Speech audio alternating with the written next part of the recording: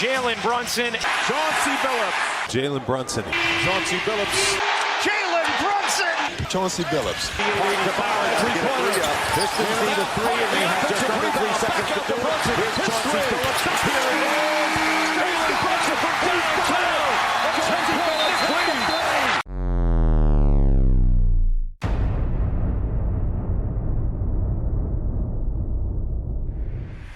On this episode of NBA Now and Then, the greatest comparisons, we compare two unassuming point guards who proved themselves at every level. This Hall of Fame player was known as Mr. Big Shot for a reason. Their games filled with poise and skill. This player has Madison Square Garden rocking again in the postseason. With focus and determination as leaders of their respective franchises. Trusting these two to make clutch plays was never just an option. It was expected. We are eager to present to you Jalen Brunson and Chauncey Billups. I'm Uriah. I'm Maurice. And I'm Ben. And we're here to talk NBA Now and Then.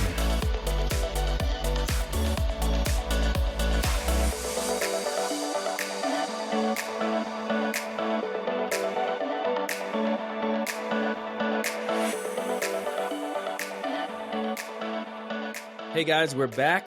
We presented to you in the past few weeks the 1984 and 1996 NBA draft comparison. And obviously you guys have probably listened to the Paolo Banchero and Blake Griffin episode. And we're here today talking two great point guards. If you're an NBA fan, you are definitely in for a treat. If you're a Knicks or a Pistons fan, let your pride shine. Before we kick things off, though, I need to share a recent Apple podcast review about our show. It comes from someone who's a huge follower of NBA Now and Then on Instagram. He literally likes every single IG story that we post, and it means a lot. So I'm going to read it out loud. Here is our 5-star review from Kennedy Jackson. He says, "Best basketball podcast I've heard in years. Keep it up." Did the little 100 emoji, fire symbol. Yours truly, Kennedy Jackson. So thank you, Kennedy. Thanks, Kennedy. Love the support. Yeah, he's a former basketball player, and I could tell that he really appreciates what we do. We've had some communications on IG, and keep checking us out, man. And Kennedy, feel free to share, man. Definitely spread the word, what we're trying to do out here. Now, if you want to help us out, and you want to help us out like Kennedy, we ask that you follow our show on Apple Podcasts or Spotify and go ahead and leave a review, just like Kennedy did. 5 stars only, by the way. We'll read it out loud, just like we did for Kennedy, and we'll give you a shout out to show our appreciation. It really makes a difference as we're out here trying to build our comparison hoops community. Now, let's get to our players. We're talking Chauncey Billups and Jalen Brunson. And obviously, Billups has been in the news lately, which leads us to the fundamental question. We're trying to answer which player of today reminds us the most of Chauncey Billups. Now, let's go to Maurice first. Why are we talking these two players today? Both players were not impactful coming into the league. You could easily make the case that Chauncey Billups was on the teetering on draft bust. And for Jalen Brunson, he had to fly his wings somewhere else and be the main star for him, for us to really see the talent that he has. Yeah, excellent point. It's so ironic. I was listening to an interview where Chauncey Billups was on the panel with Malika Andrews and I think Kendrick Perkins. And he actually said, Maurice, that he was not ready when he came into the NBA. Even though he's a top pick, he literally said in the interview, he's like, when he was in college, he was bigger than everyone at his position. He was better. And when he got to the NBA, there were guys stronger than him and faster than him. He admitted himself, he just was not ready to make the impact. What about you, Ben? I would say that, kind of piggybacking on what Maurice said, they've improved their game a lot. They weren't one and done in college, and they had good college careers, which we'll get into. So they're not the most athletic guys, right? Mm-hmm. Yeah. So Chauncey came up with, Iverson, Kobe, Vince Carter, and Jalen Brunson is a Ja Morant, Anthony Edwards, Tyrese Maxey, right? Trae Young, quick guys. And so these guys have really excelled by just getting better. So their fundamentals are unbelievable. Neither player is going to be the fastest. Neither player is going to jump the highest. And I think we can agree neither player is the greatest shooter or the best shooter. So both of them put the work in. They're clutch. Yeah. Both of them. Yeah. Yeah, using their IQ to do what they need to do to be successful, I think, is part of growth for every NBA player, and especially for those who have to compensate for any lack of athleticism. For these two, you won't see a lot of dunk highlights. There are so many highlight reels of these players, but no matter how young they weren't really all about the flash. They weren't all about showing off. They were very fundamental, and they used those fundamentals to achieve the success that they have or had at certain points of their career. Let's get started. First quarter. Background. It's time to talk about JB, a.k.a. Brunson Burner. But before he got those nicknames, he was born Jalen Brunson to Rick and Sandra Brunson on August 31st, 1996 in New Brunswick, New Jersey. It is probably well known that Jalen's dad played in the NBA. Let's do our first trivia question. Can each of you name a different NBA team that his dad played for? We'll just keep going until someone gets it wrong. Let's start with Maurice. I actually don't know this, so I'm taking it's a complete guess. Okay. The Nets? Nope. Ben? I know he played for the Knicks. All right. He definitely played for the Knicks. Ben, what else you got? Because Maurice isn't sure. Charlotte. Nope, not Charlotte. Oh. I'll just list them out. His dad, Rick Brunson, who, as you know, probably being from Philly, he played for Temple. After leaving Temple, he went to the NBA. He played for Portland, the Clippers, the Knicks, the Bulls, the Rockets, the Celtics, the Raptors, and he played for the Supersonics. So, yeah. Wow, he was all over the place. He's all over the place. So, as they call him, a journeyman? Pretty much. Pretty much, yeah. Now, growing up at a young age, Jalen was definitely influenced heavily by his dad's pro career. When he was 2, Jalen had a mini basketball court in his grandparents' kitchen where he would mimic one of Rick Brunson's Knicks teammates at the time. Who can guess the teammate Jalen used to imitate? Remember, this is the late 90s, Knicks. Allen Houston. You are correct. Very good, Ben. That was one of my favorite players. That era. Yeah, he was just, He was pretty fluid scorer. That game winner against the Miami Heat. Yeah. That was special. When he was 7, Jalen would ride his bike in the summer heat next to his dad while training. He had this to say about his dad. Quote, "Seeing what people do now in their free time versus what my dad did, I'm like, damn. He did all that, and he was in the league for 9 years, overseas, CBA, and he never had a guaranteed contract. So take that for what it's worth." Skipping ahead, in 10th grade, Jalen helped lead his team to a state championship against a team that had, get this, Jabari Parker and Kendrick Nunn. By his junior year, Jalen was a 5-star recruit. Let's do our first over-under. Points per game for Jalen when he was in high school. Over-under 28. Ben?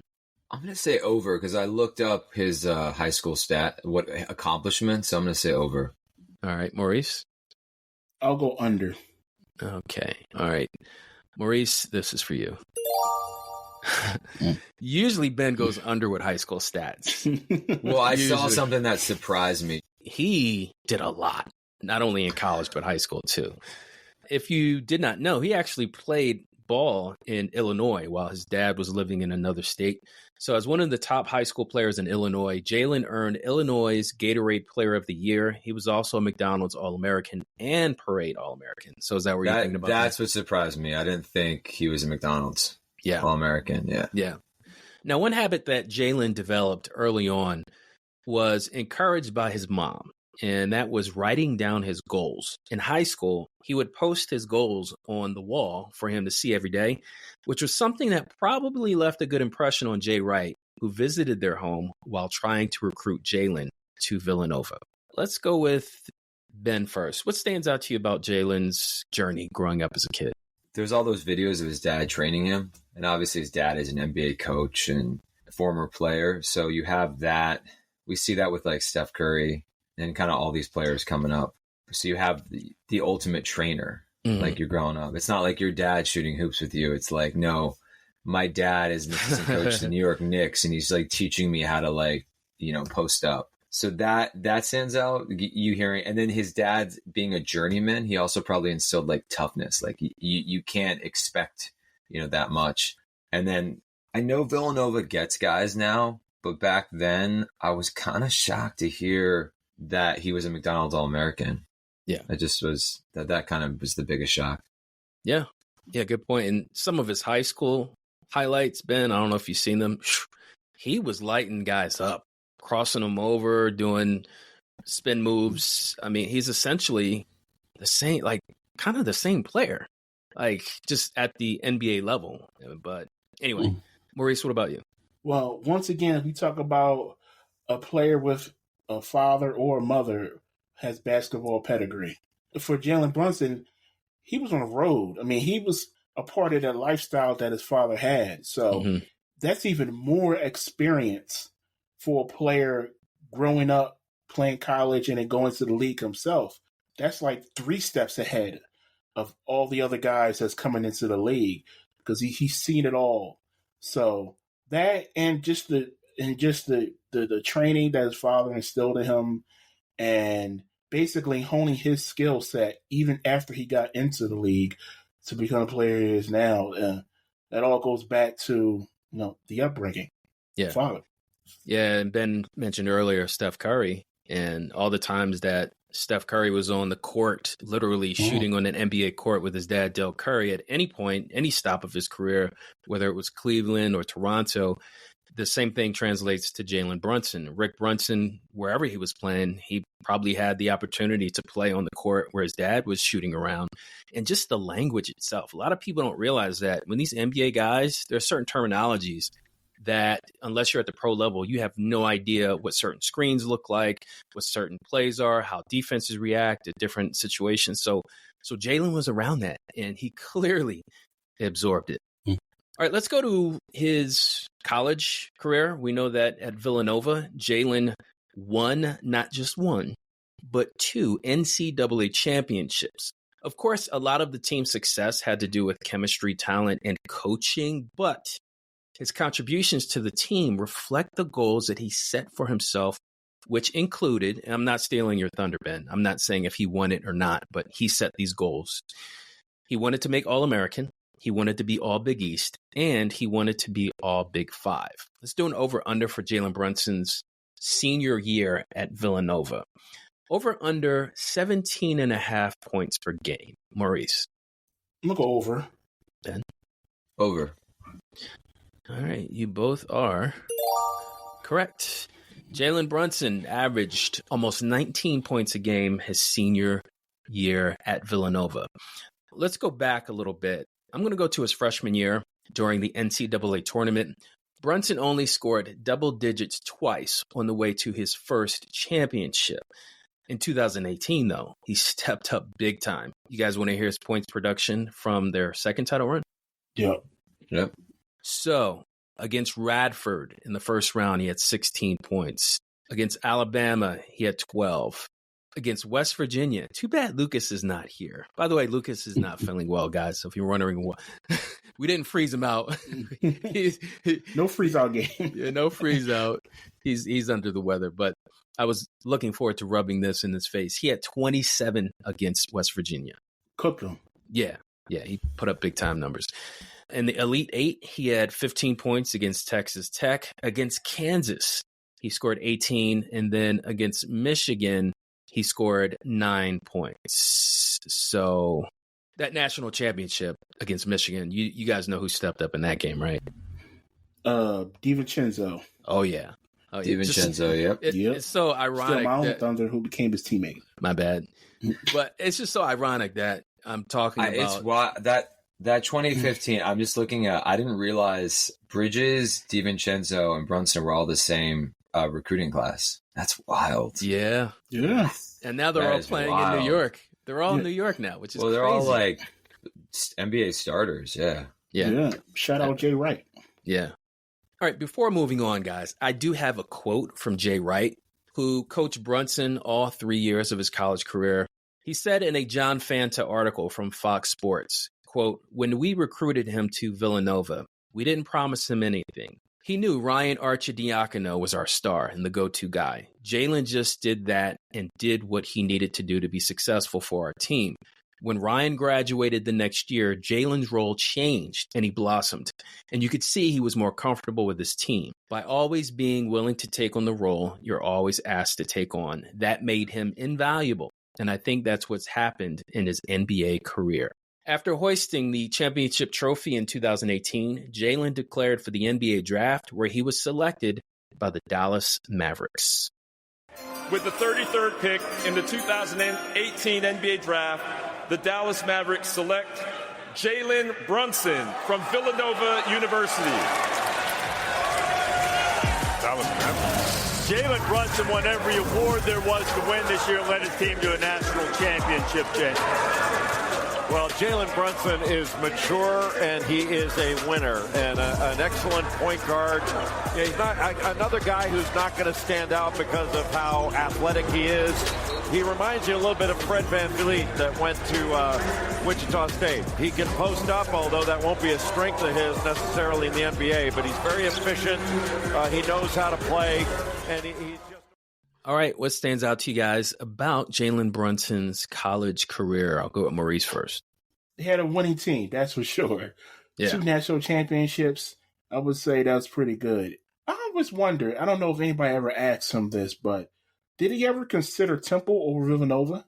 That's a great question. I did not really dive too deep into the recruitment outside of Villanova, but I wouldn't be surprised if it was on the table. I mean, why not go to the alma mater? He has a Jersey background, right? Like, what's his... Yes. I always thought he was from Jersey. He is. Yeah, so that might have had like he probably wanted to go closer to home, I guess. Yeah. Because I was surprised, not that Jay Wright doesn't get McDonald's All-Americans, but I was surprised, 5-star recruit, that he didn't go to like a Kentucky or a Duke. Yeah. What about you, Ben? Yeah, I mean, this guy has always been clutch. And so you kind of have to see that it's not just coincidence. Right. And I guess what happened in Dallas, because you mentioned he was drafted by Dallas, and made me think like Luka is obviously the guy. They were in the same draft. And as the primary ball handler, you see what he's capable of doing in 2 years in New York. So that's what stands out to me is like, give him the ball and have him run the show, and you're probably going to go far in the playoffs. Yeah, playing in a system, especially under Jay Wright, is something that you can see has translated into the professional realms for all of his former teammates from Villanova, DiVincenzo and Josh Hart. And I don't know about you guys, but I remember that run, both runs from Villanova. I watched a lot of Villanova hoops. I was always impressed by Jalen Brunson's poise. I was always impressed by his ability to play under control. He rarely plays out of control even today. But yeah, I look, Villanova, Temple, Kansas, wherever he could have gone, he has the genetic makeup. He has the work ethic. And like his mom instilled in him, setting goals and trying to take his game to the next level. Quite impressive. Yeah. Let's move on. Let's move on to our other side of the comparison. All right, let's talk about Mr. Big Shot, like Maurice mentioned earlier, a.k.a. Smooth, just smooth. But before he got those nicknames, he was born Chauncey Ray Billups on September 26, 1976 in Denver, Colorado. His parents, Faye and Ray, were huge influences on Chauncey, as well as his grandmother, Florence Gresham.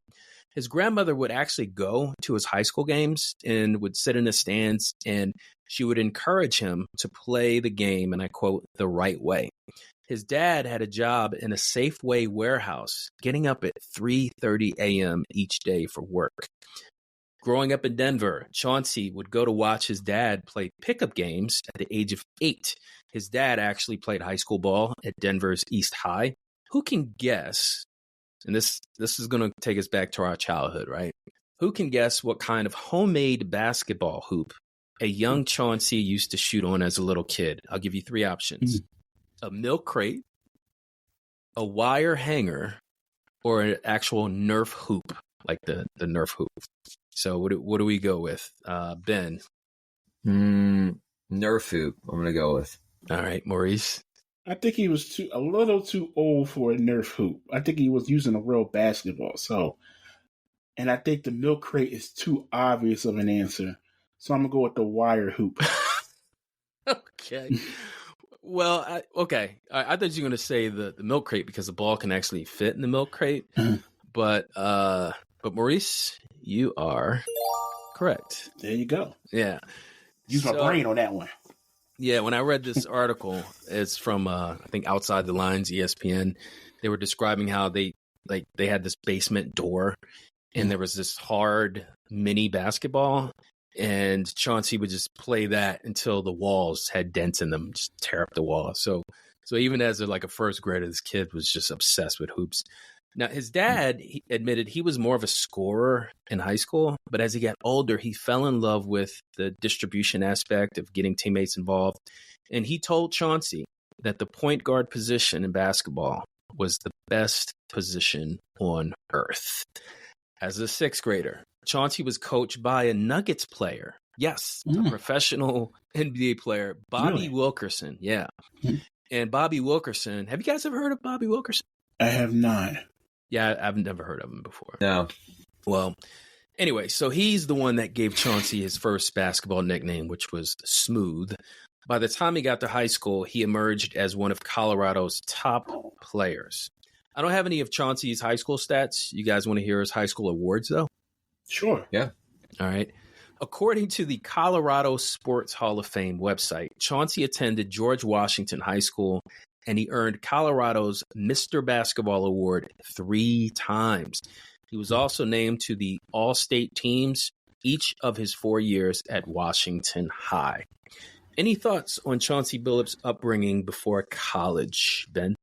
Just Colorado, you don't really think of as I know they're the NBA champions, but it's not the biggest basketball, school. So that's what stands out to me. You don't hear players come out of Colorado. Yeah. And so it's more of a football state, right? Yeah, football and just individual sports, I want to say. Obviously, winter sports, you just don't. But yeah, it is more of a football school. Yeah. Maurice, what about you? Just the training that these young guys are, at that point, still kids, were getting. When you get trained by an actual NBA player, some people pay a lot of money for that. Yeah. I don't know if he paid anything, got any funds from that, but that's pretty cool in itself. Yeah. When you can get trained by an NBA player or anyone close to the NBA league. He was just a sixth grader, though. It wasn't like I don't think he was trained in high school. That's still a lot of good knowledge. Yeah. That's still good fundamentals. Yeah. And, one else thing that I noticed is both of them, Chauncey Billups and Brunson, they like to stay home. Mm-hmm. Yeah. Yeah. It's a good point. Yeah. Yeah. I didn't think of that when I was researching. And I think what stood out to me, guys, is like the influence of the father, where, you sit there as a kid and you're watching your dad just play pickup ball, right? Not a professional like Rick Brunson, but still his dad was everything to him. And once his dad told him, point guard is the best position in the world. Hello, Chauncey Billups, I want to be a point guard. And he turned out to be one of the great point guards of his time. Yeah. So Chauncey attended, like Ben was alluding to, he stayed in Colorado. He went to the University of Colorado. Can anyone guess what other schools were in consideration before he decided, though? Anybody want to take a guess? Michigan? Ben? Kansas, I want to say. I'm thinking of a school near there. Ben, you are correct. Ooh, okay. So Kansas, you guys are going to like this part because there's some other players that were being recruited at the same time. So Kansas was on the table for Chauncey Billups, Georgia Tech, and Cal. According to the Outside the Lines article by Tom Friend, Chauncey considered teaming up with Shareem Abdul-Rahif at Cal. Georgia Tech was initially in, but then it went out the window as soon as Stephon Marbury signed. And then Kansas was on the table until Paul Pierce ended up signing there. Chauncey went on record about his decision saying, quote, "A lot of people are like, no, what are you doing?" Chauncey said. They're like, dude, go somewhere where you can be on TV every week and in the league in a year or two. So he was set on staying home. Over under How many points did Chauncey average at Colorado? Let's go with 17 points per game. Maurice? I'm going to go under. And Ben? I'm going to go under because I think he was more of a playmaker in college. All right. Both of you are. Yeah. So he averaged 18.5 points a game at Colorado. Yeah, he was a third pick for a reason. Yeah. He had to show off a little bit of scoring technique. So he also averaged, this is pretty good, 5 assists and 5 rebounds. So in college, if you're scoring that much and you're doing all the other things, that has him on a high pedestal of recruiting talent for the NBA. Another over-under, 3-point percentage, 39% over-under Ben. Over. Third pick. He had to do, yeah, there's got to be something that stands out. Maurice? Yeah, I'm going to go over as well. Yes, he shot 40%. That's good for college. Impressive. So you guys want to hear about his success in the NCAA tournament? Yep. As we've said several times already, Colorado, because it's not known for basketball, it was a surprise that they actually made the NCAA tournament in 1997. No one was more surprised than, get this, Indiana coach Bobby Knight. Why? Chauncey Billups led Colorado to a first-round victory over the Hoosiers, and Billups scored 24 points in that win, but they lost in the second round to North Carolina. A few months later, Chauncey Billups heard his name called by David Stern in the 1997 NBA draft. With the third pick in the 1997 NBA draft, the Boston Celtics select Chauncey Billups from the University of Colorado.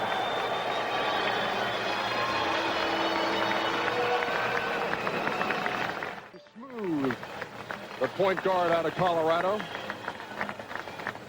And a few Celtic green in attendance here in Charlotte, liking this. John Thompson, how about Chauncey Billups in his game? Well, I love him, and I think more importantly, I think he fits in with how Rick wants to play. I think Rick is one of those kind of guys that will establish a tempo. He'll put pressure on, he'll get out, and he'll run, and he's going to get people that'll play. Not only can he play hard, he will play hard. And I think in order to play for Rick Pitino, you've got to play hard. And I think he's picking people who are very capable of playing the style he likes to play. Yeah, John Thompson. How many times has his name been brought up with us on our show? Yeah. So Ben, anything stand out to you about Chauncey Billups at Colorado? It's kind of interesting because I was just studying the draft, 97. He was coming off, they say, that greatest draft of all time in 96, where it's just deep. 97 draft, there's only 3 All-Stars in the draft. Ooh. Yeah, All-Stars. I mean, now these are Hall of Famers. It's T-Mac, Chauncey, and Tim Duncan.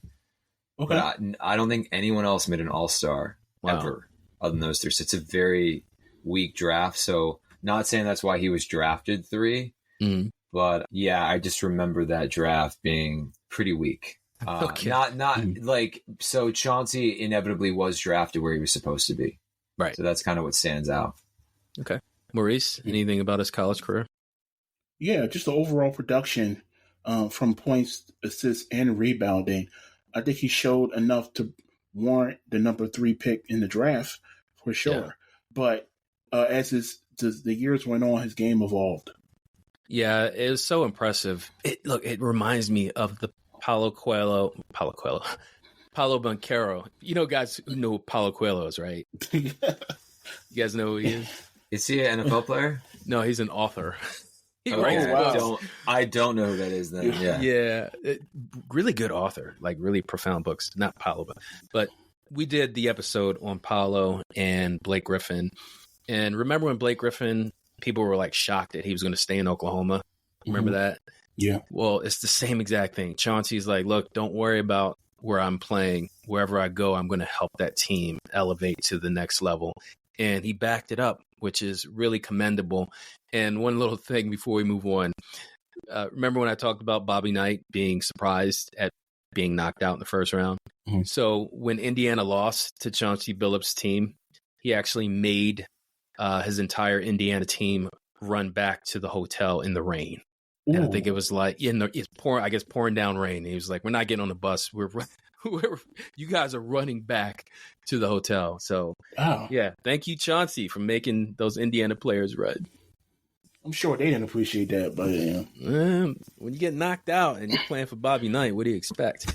True. His style of play, like similar to Brunson, was winning, even at that level. Same thing, like they had, and these guys have post moves, as guards. So, it was always there, and people overlook it because they want the flash, they want the athleticism. You're even seeing it now with the guy who's still in the league. People overlook, but I mean, the IQ's there. Yeah, winning basketball, that's what it's all about. Yeah, doing what it takes. Yep. All right, so Lucas is out. He's someone has to step in off the bench, and that person's actually going to be Maurice. You ready for your stats section? Well, technically, I'm not a bench player. For all the old school basketball players, I'm Magic Johnson in the 1980 NBA Finals. Okay. I'm playing point guard and center. That's there what I'm you go. doing. I like that.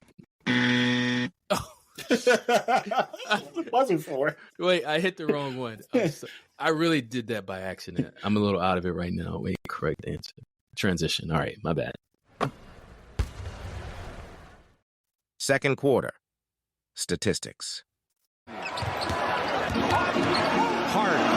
got it off the glass in the second half. Here goes Brunson, guarded by T.J. McConnell. He's throwing that shoulder into him, and Brunson ready for Siakam. We're just 2.5 minutes into it. He's got 22. Neesmith on Brunson. Brunson gets himself open and scores. A little bit of a hole. Touch pass. Oh, Brunson. Whoa, Brunson. Are you kidding? Jalen Brunson. All right, so let's go to Jalen Brunson's stats. I'm going to focus on this season, and this was his best statistical season so far in his career. So before I even get to it, let me ask you guys this real quick. Do you guys know the jersey numbers Brunson had in his two teams that he's played for? I think in Dallas he was number 2, but I know in New York I think he's number 1. Ben? I don't know, so I'm gonna agree with Uriah. Okay. It's 11 and 13. Wait, in the pros? He's 11 in New York, yeah? Yes. It was 13 with the Mavericks. I thought he was number 1. Okay. You probably get the 2 1s to the 1 1. Yeah, the 2 1s. Okay. All right. That's cool. I didn't know. You know what? In Villanova, he was number 1. I think that's what it was. What am I talking about? I don't know. There's a 1 in there somewhere. And, they probably had both white and blue jerseys and... Right. He was playing like 1. I see where you're at, Uriah. He was the best player on the court. Yeah. He certainly in our series he was played like against Michael Jordan. Against the Sixers, yeah. No. So Jalen Brunson, 6'2", 190 pounds. Like we mentioned, from Villanova. 47% from 2, field goal percentage. He shot 40% from 3. That's good. Yeah, that's actually pretty good. Yeah. It's above his career. This is slightly above. His career is 39%. His assists this season ballooned up. Now, mind you, his last season with the Dallas Mavericks, his assists per game was 4.8. Now, he's playing with Luka. Right. This season, his assists per game was 6.7. Okay. That's a good little jump. And his points per game this season was 28.7. Wow. He's almost averaging 30. Now, we're in the league now when anybody could score 30 a night. So, but if you compare that to his career points per game, which is only 16.9. So, you got to say, once everything balances out and he plays a couple more seasons on the Knicks as the 1 or the number 2 guy, that career points per game is going to go up to the mid-20s, I would say. He's coming along as the number 1 guy, and like I mentioned earlier, when you're given the opportunity to be the guy, he's really stepped up, and not only that, statistically, he's leading his team far in the playoffs. So, let me ask you guys this question. Career high in points, over under, 62. Ben? He broke Carmelo's record this year, so I'm going to say... You do remember the number, though. Well, Carmelo scored over 60, so I'm going to say it's over 62. Maybe 63 is what I'll say. You're right. Yeah, that sounds about right. I think for some reason I recall Melo scoring 61 and maybe Brunson scored 62. I'll go with, I agree with Ben. All right, so the both of you are. What? Are you It kidding was 61. me? Oh, okay. I gave it over under a 62. Okay. So it was 61. That was a good one. But we both knew he scored over 60. Yeah. Can we get half credit for that? Thumbs up. Another career high, 11 rebounds. Now, he's only 6'2", so, I mean, 11's not bad. A career high in assists, 14. Career high in steals, 5. A career high in blocks is 3. Let me ask you guys one more question. Jalen Brunson games with 40 points or more in his career. I'm going to give you an over-under of 12. I'll say over. Over. Yeah, you both are. Oh, snap. My bad. I'm screwing up really bad today. Yeah, he's had 15 games with 40 or more points. Okay. Including a 50-point game and a 61-point game, both with the Knicks. Okay. So what do you guys think about Jalen Brunson's stats? I'm going to start with Ben. For me, it's the points they went pretty crazy when Julius Randle went down, and you're seeing it in the playoffs, him as the number one option. He's very capable when he's the kind of the only good offensive option. I mean, he's loaded with all these shooters. They do need a second option, would be my note. We've seen this before with Boston with Isaiah Thomas, where there's just like one guy, and it is successful. So I think that's why the numbers are so inflated. I would like to see him, as we're starting to see the Knicks get a little beat up, I would like to see whether they move off from Julius Randle or what, but I'd like to see him get a little bit of help because it is a lot of pressure on him. So his numbers are really good, but I would say the efficiency is not bad. It's dipped a little in the playoffs, but 47 and 40, he's the primary ball handler. He's being doubled. Is pretty high efficiency. It is. Yeah, I think the whole aspect of, or the dynamic in which he's flourished, where he left Dallas, got paid, and now he's starring for the Knicks, which talk about pressure, right? Playing for any, it's not like he's playing for Charlotte. It's not like he's playing for the Pistons. He's playing for New York.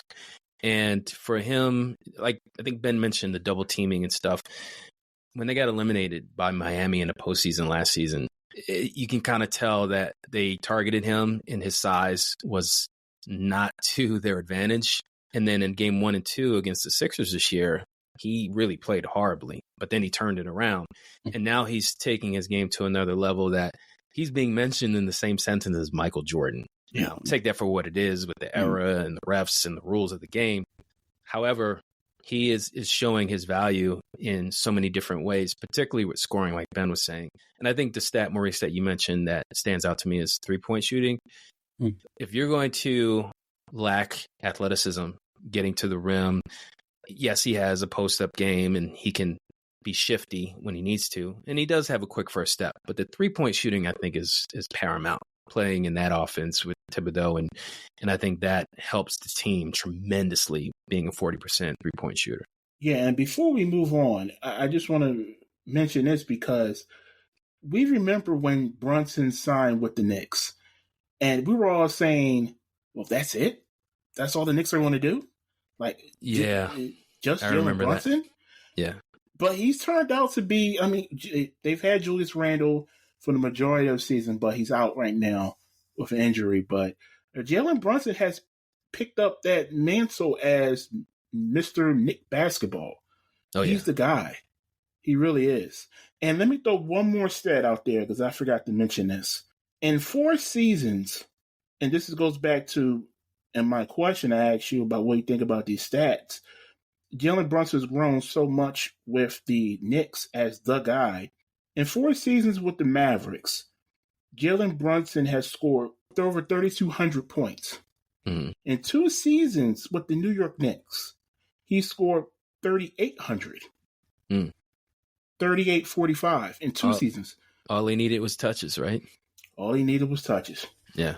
Yeah, and he's taken them to the conference semis 2 years in a row. That's not nothing. Yeah. Pick and roll, or anytime a one-on-one move on the left side of the floor and roll Ben Wallace to the front of the ring. Billups steps back and has a three. Chauncey Billups. He's right up there in the top 12 in rebounding, blocks, and steals. He's forcing turnovers. He's forcing bad shots. And Chauncey Billups hit a good. Oh, great save. Shot clock down to 4. Billups a long three. Bang! Chauncey Billups from way downtown. Seeing some terrific individual play to go with 2 teams that play such superb team basketball. Billups. All right, so let's talk about Chauncey Billups stats. 6'3", 202 pounds. Majority of his career, he's played point guard, but there are some seasons where he was referred to mostly as a shooting guard as well. So we're going to start with the 05-06 season, Chauncey Billups' first season as an All-Star. His points per game that season was 18.5. His assists that season was 8.6. That was his career high for a season in assists. Free throw percentage was 89.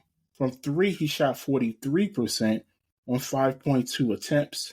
And field goal percentage was 41%.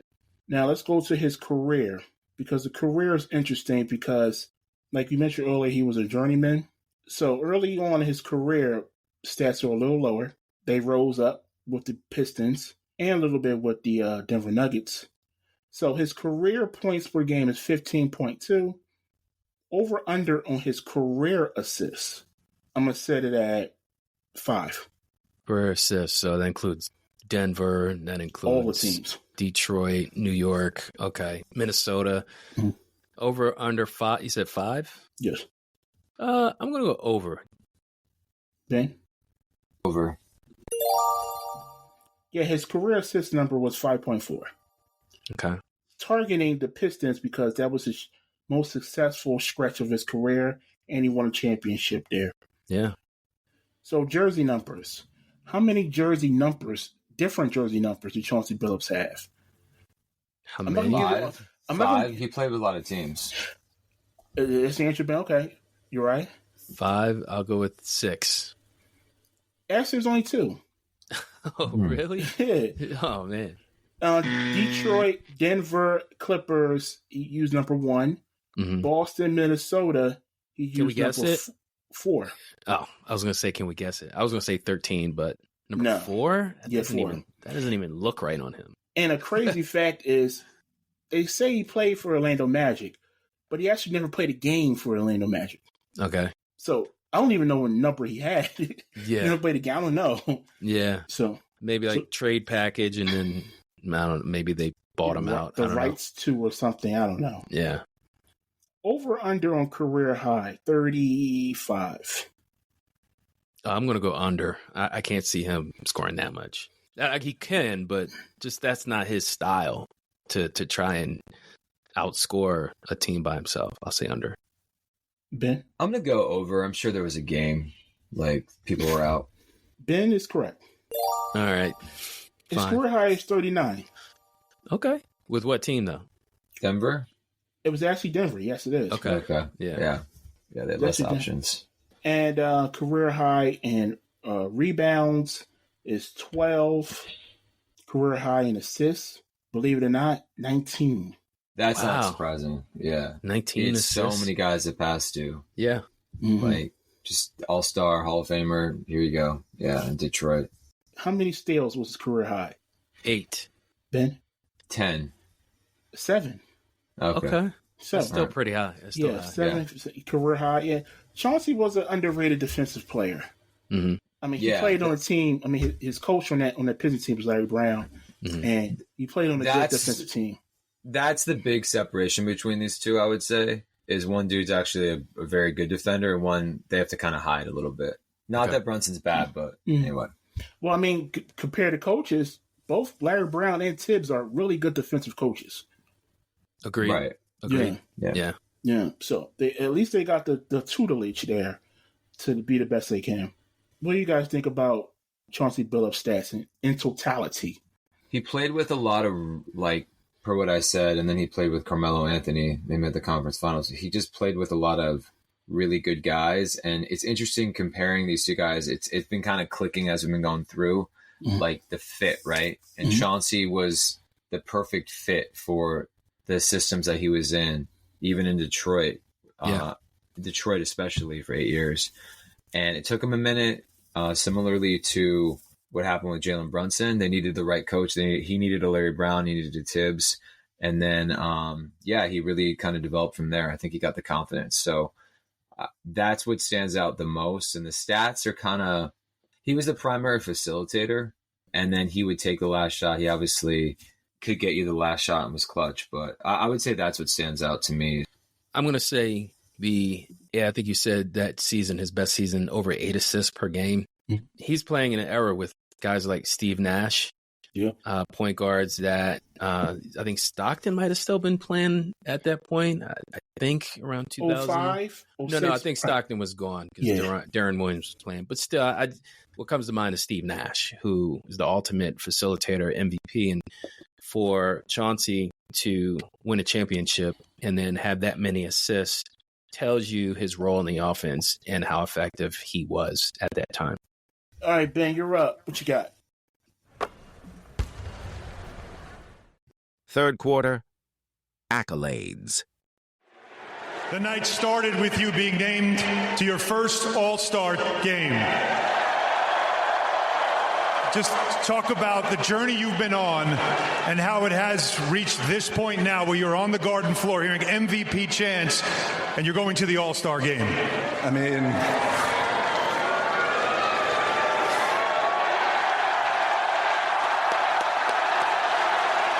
I got nothing to say. All right, then talk about your teammates, because I know you will. So that was Jalen Brunson being announced that he's an all-star for the first time. So we're going to go back to, because he's kind of newer to having success in the league. And this guy's got an insane college resume. How many times was Jalen Brunson named first team All Big East? I'm going to say 2. Okay, Uriah? Yeah, I'm going to say 2 because Arcidiacono had all those minutes as the starter. So maybe Brunson. Yeah, is that right? It's 2. You guys are correct. 2017, 2018. He was the Big East all-freshman team in 2016. He was a true freshman. We looked that up. So he played 3 seasons at Villanova. So he left after his junior year. He won the Lou Olson Award. He won the Bob Cousy Award, which is the best point guard. Wow. And these are all 2018. He won the Robert V. Gersey Trophy. Do you guys know what that is? Never heard of it. I do not. So we should all know this. Robert Geesey Trophy, V. Geesey, I think I'm pronouncing that right, is Geasey. Why I'm mentioning this is it's the award for most outstanding men's basketball player in the Philadelphia Big Five. Oh, okay. Yeah. What year was he the college player of the year? Well, I didn't even know he was the player of the year, but I'm going to say his last year, which was 18. College player of the year for the entire NCAA? Entire NCAA. Wow. Yeah, it has to be when they won the championship, the second one. So 2018? 2018. Yeah. Oh, cool. Yeah, wild, right? Second round pick. A college player of the year. Wow, that's right. He was drafted 33rd. Oh, yeah. Wild. That's such second round pick. Such disrespect. Yeah. Overlooked. Yeah. And his 2 teammates were pretty much both lottery picks. DiVincenzo was 17, just fell out of the lottery. And Mikal was obviously top 10. Yeah. So kind of a little disrespectful. Think about it. 2-time NCAA champion, as we said. He won it his freshman year, and then he won it his junior year. So that final year was just like he's winning every award. Yeah. Probably one of the more decorated, because he won the chip, right? Yeah. Probably one of the more decorated years ever. I would safe to say. Yeah. And then I think ever in college, like because he won the chip, he won the championship, and he won the Player of the Year, and he was first team All-American, and then he won like best point guard, Big Five Player of the Year, best guard. So he won all these awards, multiple Player of the Years, and he won the championship. So You don't see that too often. And then Adam Silver was like, hey, congratulations on all the hardware. Welcome to the NBA. You're the 33rd pick. Well, he was a second round pick, so I don't think Silver called him. Oh, that's right. That's right. Yeah. Yeah. Also, like, you're going to play behind, like, Luka Doncic. It's just like, welcome to the league. Yeah. And Luka was like a young, like, European, not the exact opposite of what. Well, actually, you could play professionally, so it's a different journey. But very interesting how it turned out. And hey, maybe they learned from each other. So, Big East Player of the Year 2018. This is an interesting stat. He was a second-team academic All-American. So, Jalen Brunson studied, and he went to a prestigious school, went to Villanova. All right, so that's about it for his college awards. What stands out to you? I'm going to start with Uriah. What stands out to me is how quickly he took the reins from Arcidiacono and just elevated his game to the point where he was the top guy going into another championship run in 2018 and sweeping all those awards.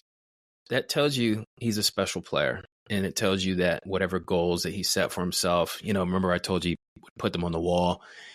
It's like if there's young people listening to this episode, like that's such a key thing. Just in life, whether it's sports, whether it's academics, you put those goals on the wall, and every day you have to face your goals. Like you can't avoid it if it's staring you in the face. So he strikes me as the type of player where his dad influenced him when it comes to basketball, and his mom in terms of setting goals and putting yourself in a position to be successful in the classroom, because he's a really smart kid, like you said, Ben.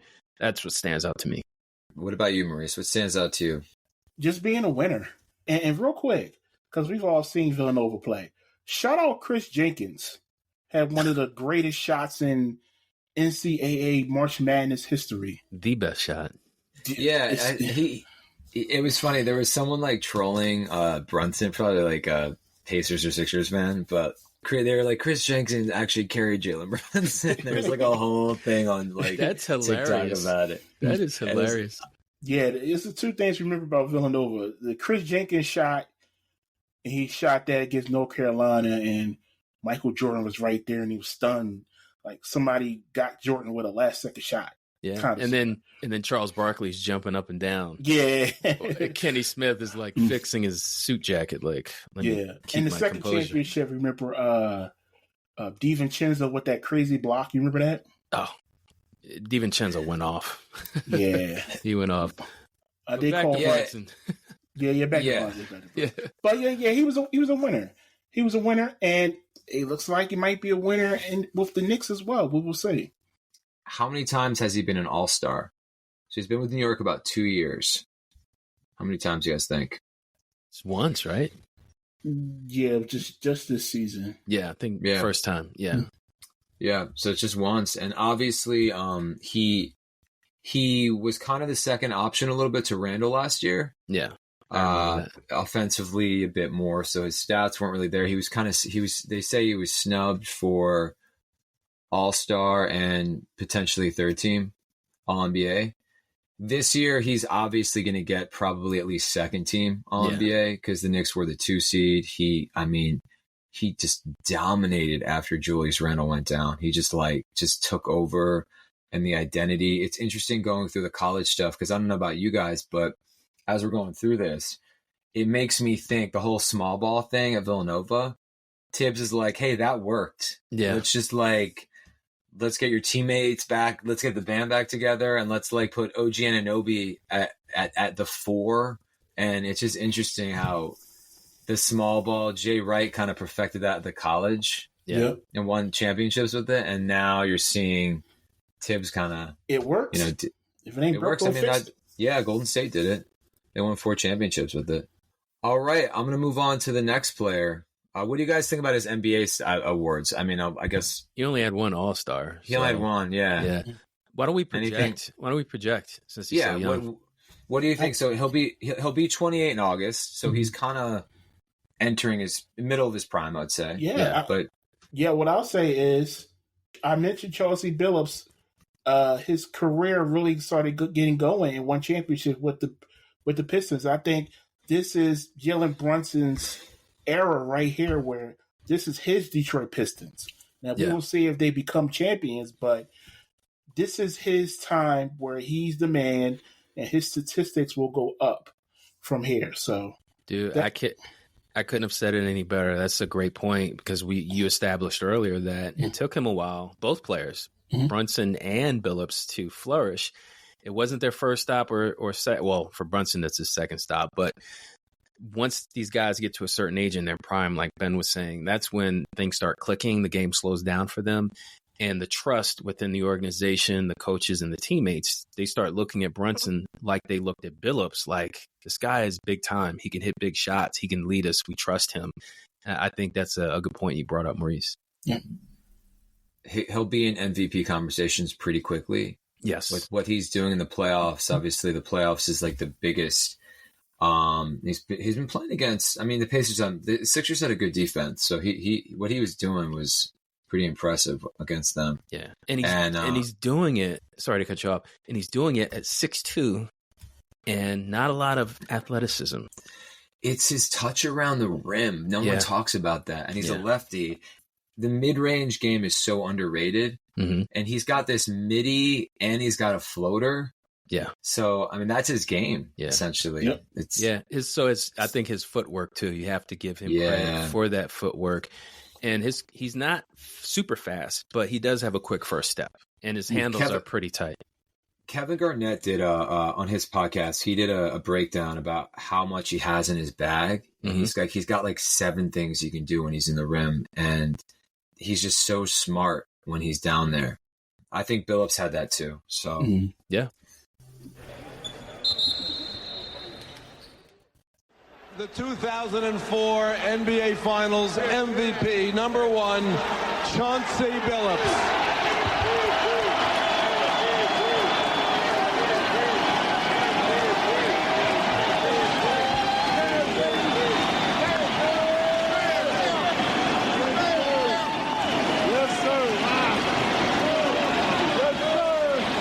You just looked at that and said, wow. After all the places you've been and the expectations when you were drafted high in the draft, all the stops, did you ever stop dreaming that you could find the right place for your talents? I never stopped dreaming, man. God is good. God is very good. He put me here for a reason, and that's the reason.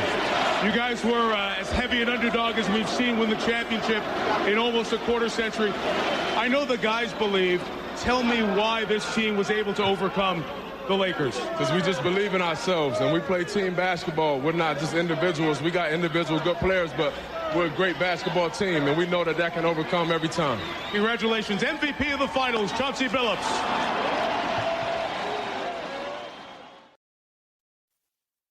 That was Chauncey Billups when he won the 2004 NBA Finals MVP after the Detroit Pistons beat the stacked Los Angeles Lakers. They swept them. Swept them, guys. The Lakers, man. It was so bad that it broke. Pretty much is what broke up Shaq and Kobe. Yeah. They figured out how to kind of defend. Certainly Shaq. So we're gonna go back into Chauncey's college accolades, which there are a lot.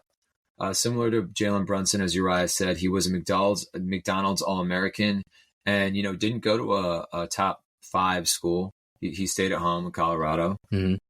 Was he ever a consensus All-American in college? Ooh. You guys think? Yeah. Yeah, I'm going to say no. Okay. Uriah? He went to college for 3 years, I think. Or was it 2 years? I think it was 2 years. It was 2, yeah. Yeah, I'm going to say at least once. He did get it, yeah. He got it in 97, so right before he was drafted, which makes sense because he was the 3rd pick. Right. Not that would have, meant much, but yeah. So he was the second team consensus All-American in 97. He was first team All Big 12 in 97. I guess, yeah, Colorado does. They're kind of an understated school. We kind of know them now because of obviously Deion Sanders, but they are in a good conference. Like the Big 12 is a very good conference. So he did have like future NBA players to play against. That's about it for his college accolades. His number 4 was retired As Maurice said, he was always 4 or number 1, so he was 4. He was Mr. Basketball in Colorado. But yeah, so he was drafted really high. He was drafted 3rd overall to the Boston Celtics, and then shortly traded. All right, so we're going to get into the NBA stuff. There's some stuff that stood out to me that really surprised me. And I think it's going to surprise you. Kind of what I alluded to with the difference between these two guards. So how many times was he an all-star? When I was looking up the stats, I intentionally did not try to look and see all of his. I knew he was a 1 because I did the stat for that one season. I'll give you a hint. It wasn't just with one team. That helps, because I was just going to say Detroit. It wasn't just with one team. Actually, was kind of it's kind of divided up. Oh, okay. Yeah, right. which surprised me. I think it's Detroit and Denver, so I'm going to say 5. Okay. Uriah? That sounds right. I'm going to go with 5. You guys are correct. Dang. So, yeah, it was 3 times with 2006. It was 5 straight years. So, wait, unlike Maurice, I did cheat. Oh, okay. He intentionally avoided it. And I was like, I didn't avoid it, but it just kind of like resonated when I looked at it. Like, because I looked at it and I was like, oh, you can't pretend not to see something. So, yeah, I did know that. So what's interesting about him is I think that Finals MVP unlocked something in him, because that's technically his first NBA award. Was that really? 2000? Yeah, isn't that wild? So before that was 2004, he didn't make an All-Star team? No. Dude, nothing. No, wow. like literally not even a rookie award. That's that's crazy. Dude that was his first ever award was a Finals MVP, and then you know how All-Stars work. Fans start voting, and you get respect once you get that reputation. Yeah. And I didn't realize another thing that stood out to me was I didn't realize his stint in Denver, which was about 3 years. He was traded for Iverson. I didn't realize that he had so much success there.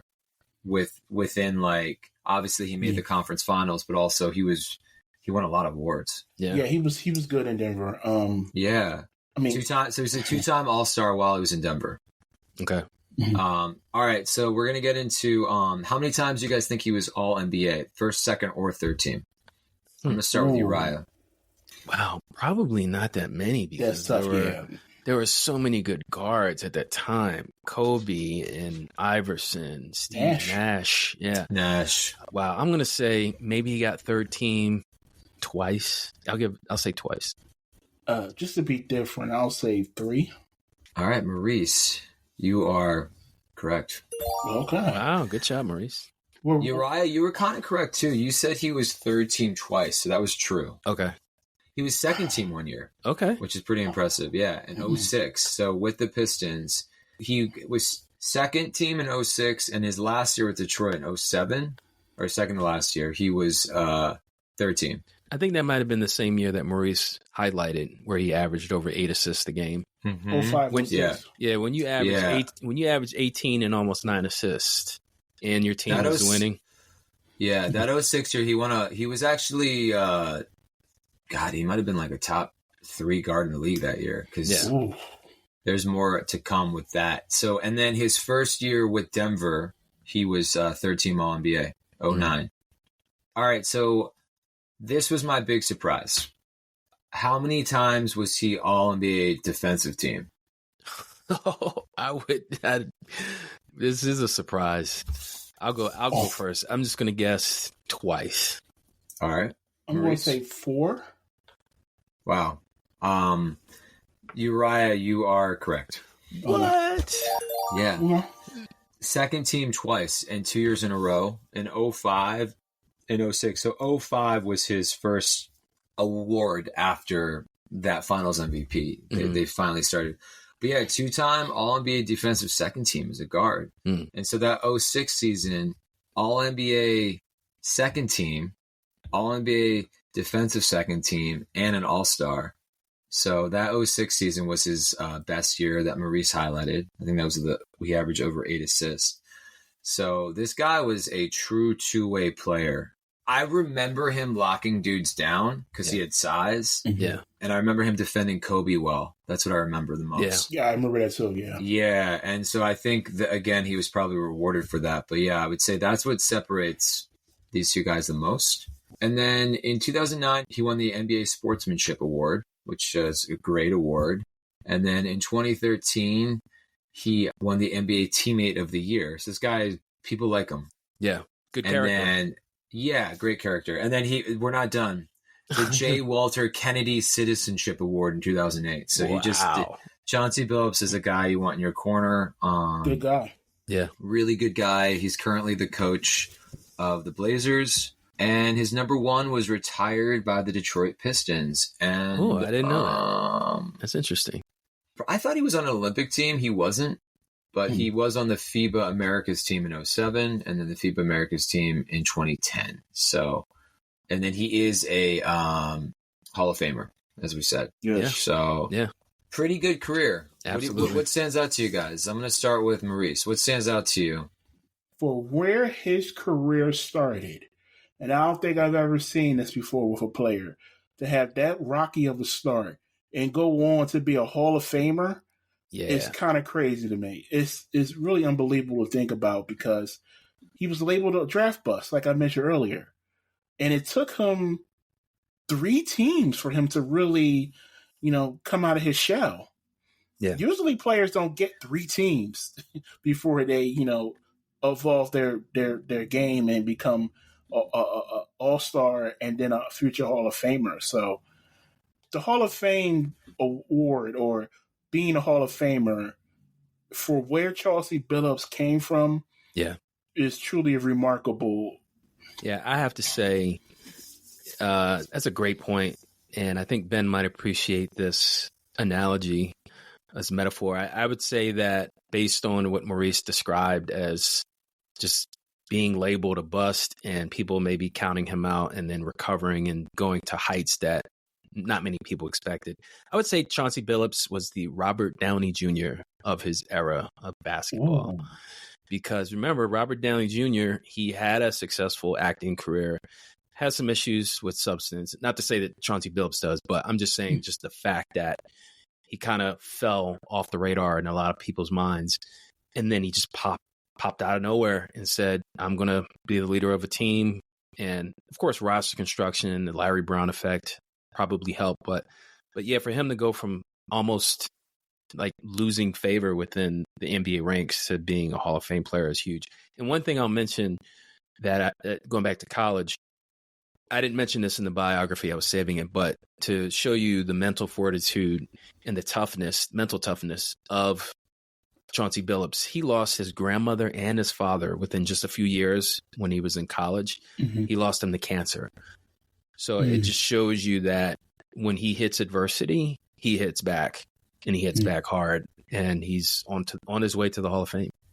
A resilient dude. Absolutely. Yeah, that's a good take. It's wild to think back. So he was drafted in 97. So Maurice, you're completely right. Like that is 7 years later, he starts winning awards. Yeah. So you just don't typically see that of a guy drafted that high. And yeah, I can't wait to get into Maurice, I can't wait to get into your segment because the parallels of kind of the teams of the Pistons and the Knicks. I know the Knicks haven't ascended, but what it is like Chauncey was a kind of you get him at a low value guy, right? Yeah. And the Pistons had a ton of that. They Rasheed Wallace, like all this didn't fit, but they fit well together. Yeah. And so with that, I'm going to, I'm looking forward to this teammate segment. So I'm going to pass it over to you, Maurice. All right. I'm ready for it. Let's do it. Fourth quarter, teammates. Did you have any idea Jalen Brunson would be this good? Yeah. You did? Yeah. Why? I would say one game that really was impressive on that playoff run. We lose the first game against Utah. I don't play the first 2-3 games. I think it was the first 2, but first 2, yeah. We can fact check that. Maybe 3. I don't think I played the first one. Oh, right, because you got the win. Yeah, you stole the win and you got to sit out again. So that second game, if we lost that second game, it would be tough to come back. We 0-2, and then we have 2 in Utah. So that second game, I think he had like 45, something like that. Like it was a tough game, and we needed to win no matter what. And that game, was really impressed. I was just on the bench watching, like, wow, this guy's amazing.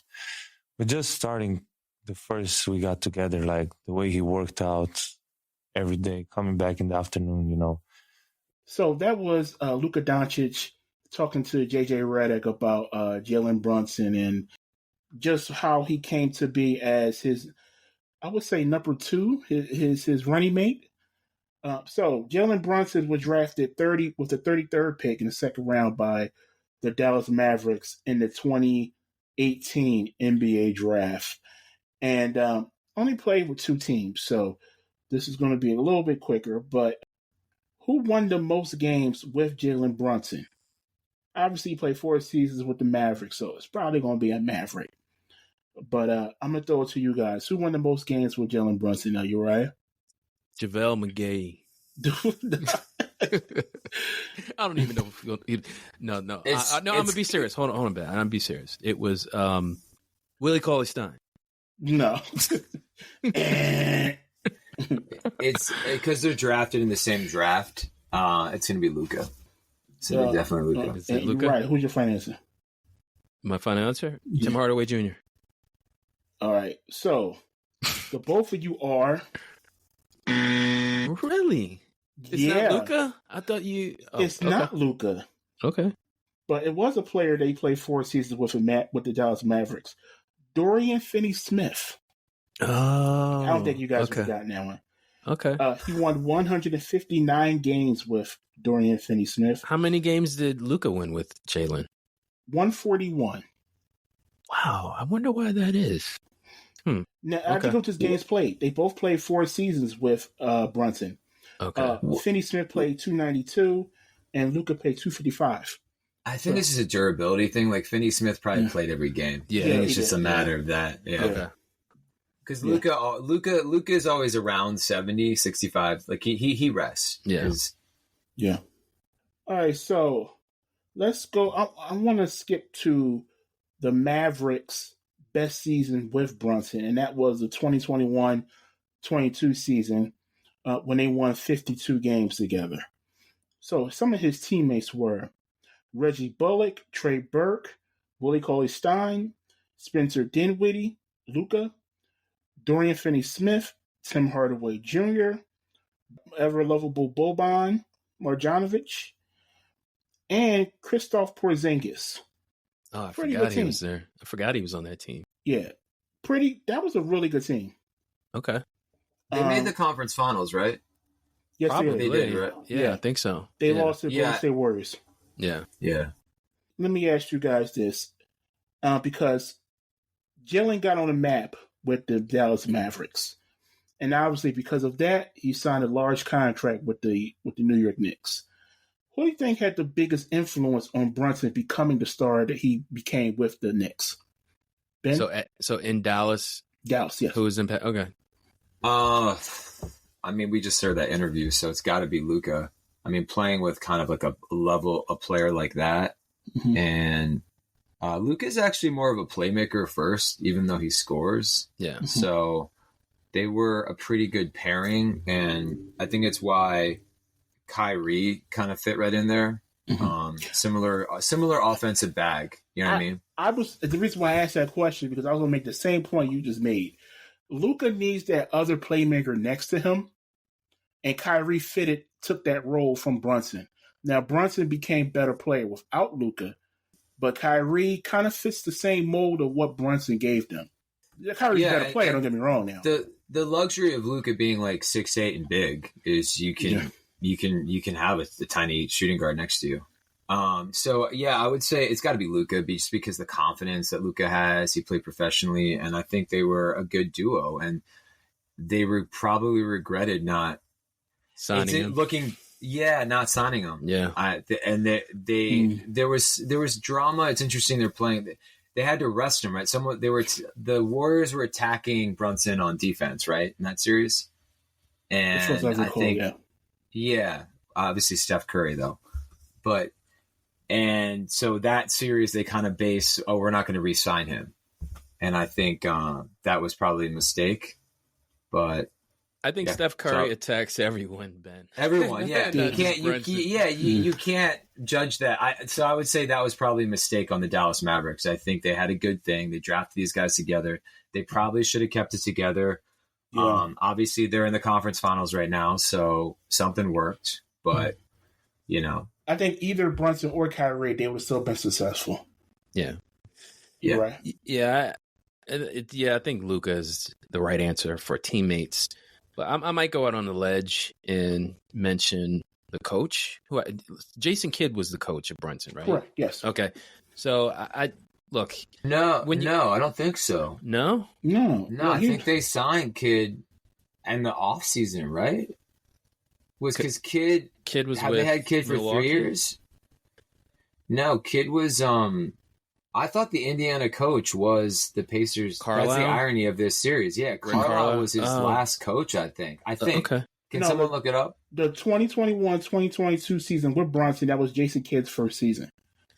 Oh. So he did have But it was season. Carlisle before that. Right. Okay. Right.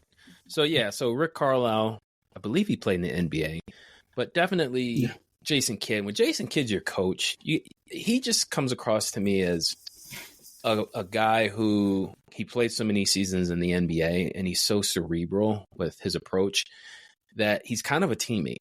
So whatever knowledge he imparted to Brunson for that one season, I think that had to have an impact on him to become a better player. And here's the irony: is his dad, Rick Brunson, used to play against Jason Kidd in the 90s and in the 2000s. So yeah, I'll go with Luka, like Ben said, but I think Jason Kidd probably gave him a little extra because he used to play. Yeah. So Jalen Brunson signed a contract, free agency contract with the New York Knicks, and they're doing pretty well right now. As we record this, they're in a Game 7 against the Indiana Pacers. But I do want to highlight this season because this was Brunson's first All-Star season. Yeah. So some of his teammates were, and we alluded to it earlier, it's kind of like the New York Wildcats or the Villanova Knicks. Yeah, Nova Knicks. Yeah, Nova Knicks. They're Mikal Bridges away from just recreating that whole team. And that could happen too. It could happen. Trade Julius Randle to Brooklyn and get Bridges. I hope it could happen. It could happen. No, I'd rather. He needs to not. I don't want that to happen. Okay. Tell us how you really feel. All right. So, like I said, Nova Knicks. Some his teammates are Dante DiVincenzo, Josh Hart. They have that camaraderie right there. Yeah. All three of them are the starters. At the 2 and the 3, 1, 2, and the 3. They just work well together. They just have that chemistry. Yeah. You can't match it. Nope. Hartenstein, Achua, Julius Randle, Mitchell Robinson, Bojan Bogdanovic, OG Anunoby. That's pretty much the team. Now, I think the parallels between this Knicks team and what Ben was going to talk about, the parallels between this Knicks team and the Detroit Pistons they're defensive based, tough, hard nosed, man. Like they can grind you out on the defensive end. Play a lot of minutes. We'll see how that goes. But and I mentioned Larry Brown and Tibbs. Two of them, they're great, and not only great coaches but great leaders. Yeah. What do you guys think about that, Ben? A lot of parallels between. So the Pistons, outside of Tayshaun Prince, didn't draft any of their big lineup.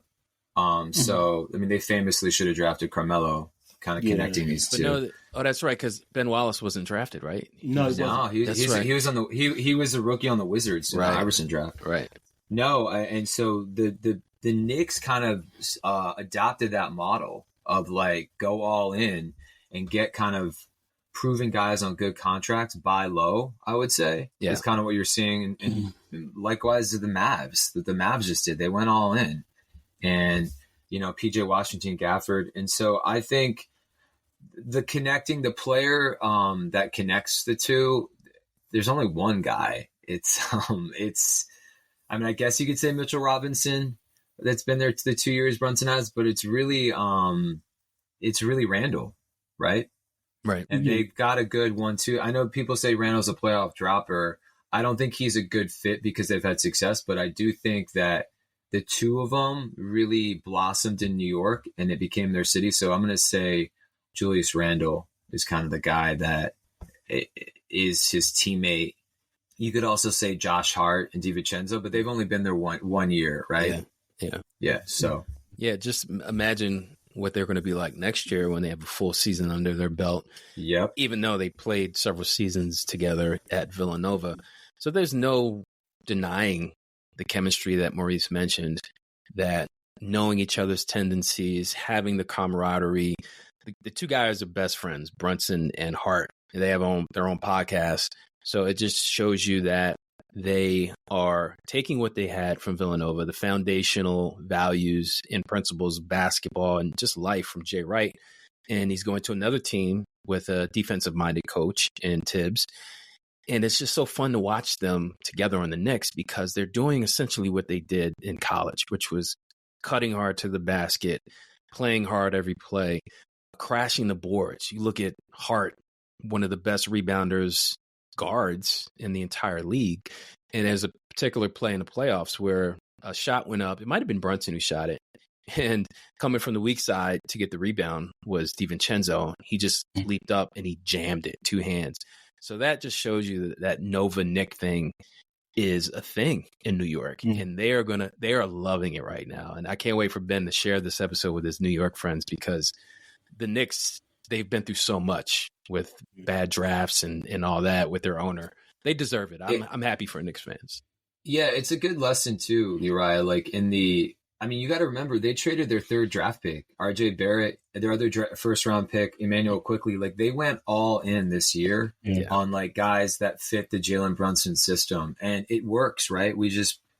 They have all these switchable defensive rebounding dogs, right? Yeah. And they just went in on all those types of players out instead of just like ISO good, flashy offensive players like Quickly or RJ Barrett. They traded Grimes, another first round pick. Detroit kind of did the same thing. And then they were like, we're not good enough. At the deadline, they got Rasheed Wallace. And so, you made this point before, Ben, is it's just like the Lakers when they had solid players like Nick Van Exel and Eddie Jones. And they got the right and they got the right pieces to surround Shaq and Kobe. Well, the Knicks did the same thing. They split ways with Barrett and Quigley, and they say, "Oh, we got this guy on the bench named McBride," and they're doing pretty good. With this and even in the playoffs, people always talk about, "Oh, the lineups are tight." It's still you still need 8 or 9 guys, right? Yeah, you still need 8 or 9 guys. Agreed. And I think we like to obsess about stars sometimes, but it's not just 2 guys.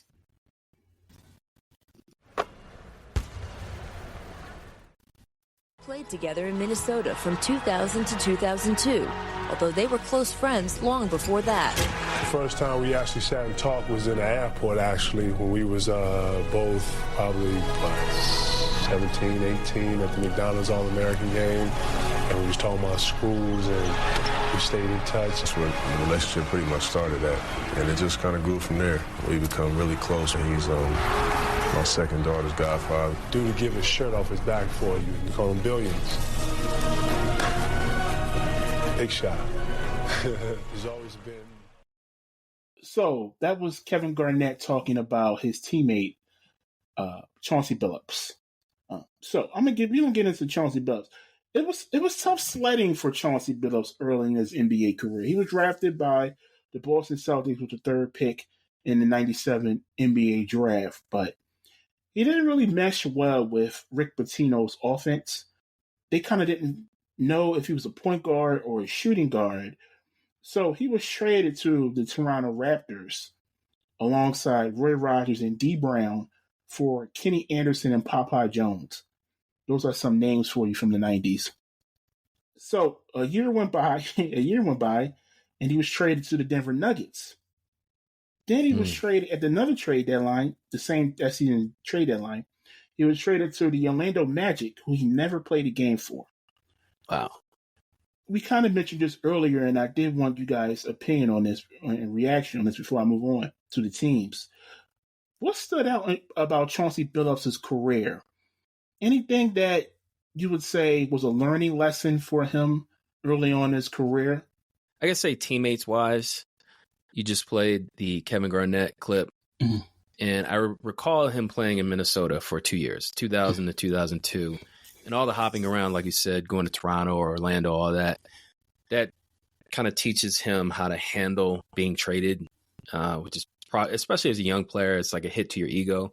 But I think once he was around Kevin Garnett and, KG brings the energy, he brings just this toughness. I think they were a good match for each other. And even though Chauncey didn't stay there that long and he ended up in Detroit, I think meeting teammates along the way, being traded, like going through that adversity, I think that helped him form an even stronger mentality of how to deal with things in the NBA, which, as I said earlier, he realized he was not ready. And that's why he kind of floundered a little bit. But yeah, I think his interaction with certain teammates, particularly KG, because they were tight, as he said in the clip, like they were good friends. Ben? Yeah, I remember the Celtics had the 3rd and 6th pick, and they drafted Ron Mercer. Then the following year, they drafted Paul Pierce. And so that Kenny Anderson trade was a good fit early on, I think, for Pierce and Walker. But man, they had the 3rd and 6th pick. They could have kept Billups and drafted Tracy McGrady. But with Patino. But yeah, it sounds like it just wasn't a fit, and he needed to learn. Chauncey Billups just needed to learn, kind of similar like Brunson, right? First time All-Star at 27.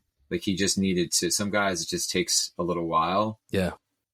He was a journeyman. He needed that to find his like footing in the NBA, and I think with Brunson, I think his playmaking will develop more, but Brunson is more. His IQ is in scoring, and whereas Chauncey's was in getting other people involved and the defense. Agreed. And I think he figured that out as he went along. Yeah. That I'm gonna guard Kobe Bryant in the NBA Finals and shut him down. Yeah, I'm gonna pass out to these 5 other All-Stars on my team, and so I think once he figured out his niche, because he did it in Denver too, right? We talked about the accolades.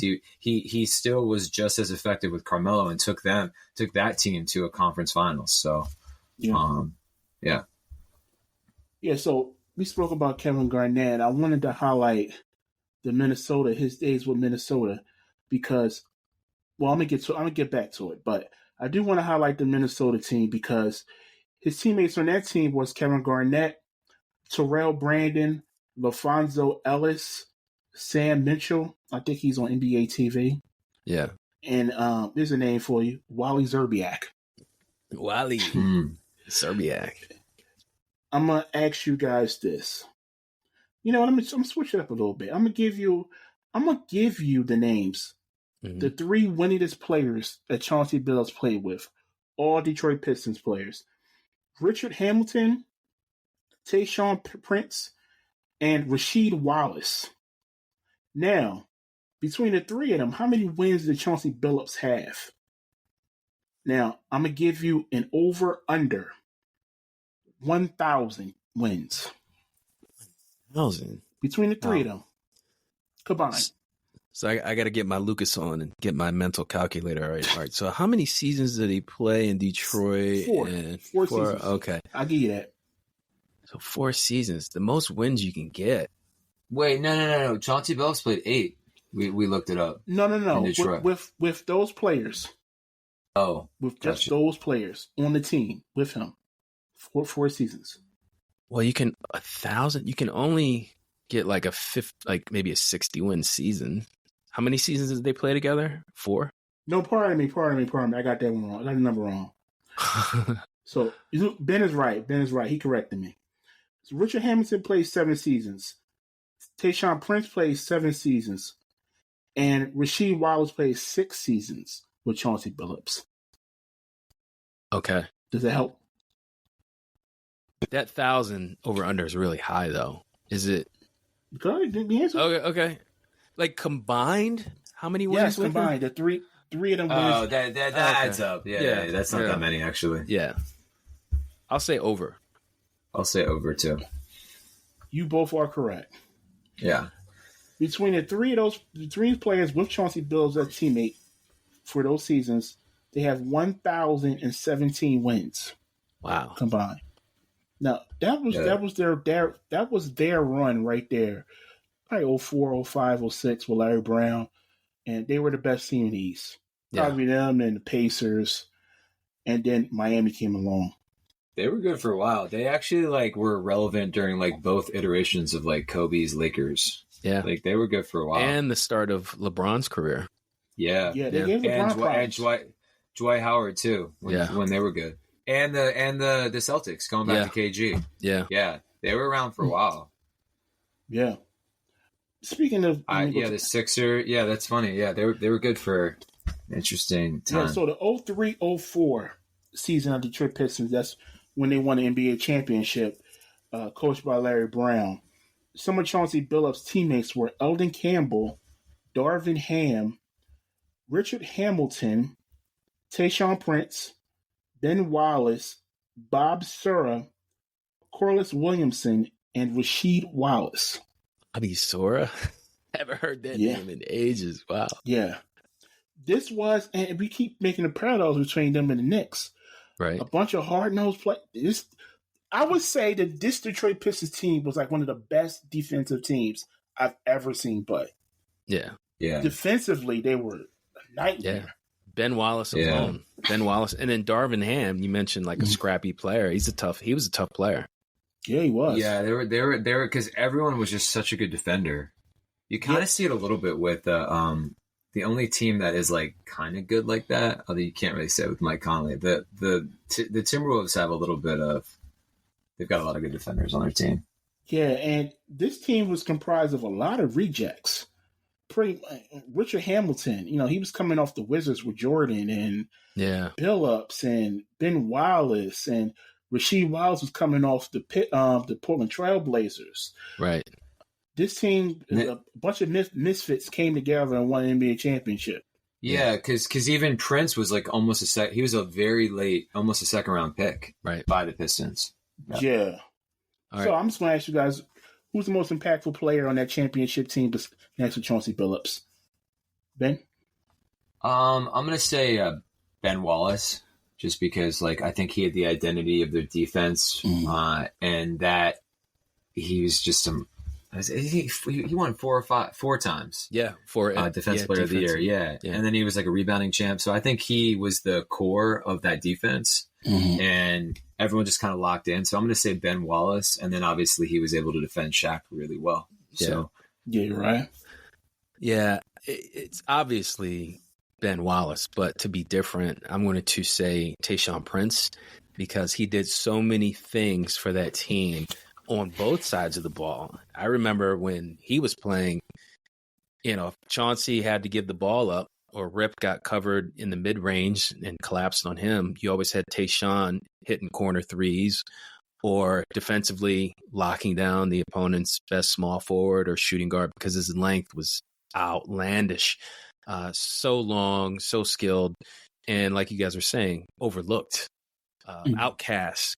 Guys came together, and I think Larry Brown might have had a lot to do with that, because I think he's just a phenomenal coach, and whatever system he was able to implement worked. And Chauncey Billups was the head of that. He was the point guard.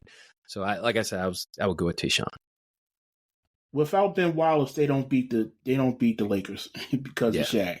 Yeah. But I do want to highlight Rasheed Wallace, because I don't think Rasheed Wallace gets enough shine, because he was that big power forward that can work inside but shoot from the outside too. He really stretched the floor from him. And that Detroit Pistons team, I keep going back to it, I don't think they had a weak link defensively. No. Rip was a good defender. Tayshaun was long and he could cover wings. Rasheed Wallace wasn't a bad defender. He was long too, and Ben Wallace. That was a really good team. And I love when he was getting interviewed after he won the MVP trophy, the guy was like, did you think you guys would, I don't know if he said take on or defeat, because they were underdogs. No one expected them to sweep the Lakers. Oh my goodness. But what did Chauncey say? He's like, yeah, we knew it. And I was like, he's like, we're a team. It's not about one star or one player. they came together as a cohesive unit, and they had one of the biggest upsets in NBA history, sweeping the Shaq and Kobe Lakers. Yeah, that was a feat in itself. So let's move on to Chauncey Billups with the Denver Nuggets. And he was traded to Denver in 2008, along with Antonio McDyess for Allen Iverson. You can easily make the case that the Denver Nuggets were better with Billups. Yeah. You can make that case. No slight to Allen Iverson at all. So here's some of his teammates on that 08-09 Denver Nuggets team who won 54 games, coached by George Karl.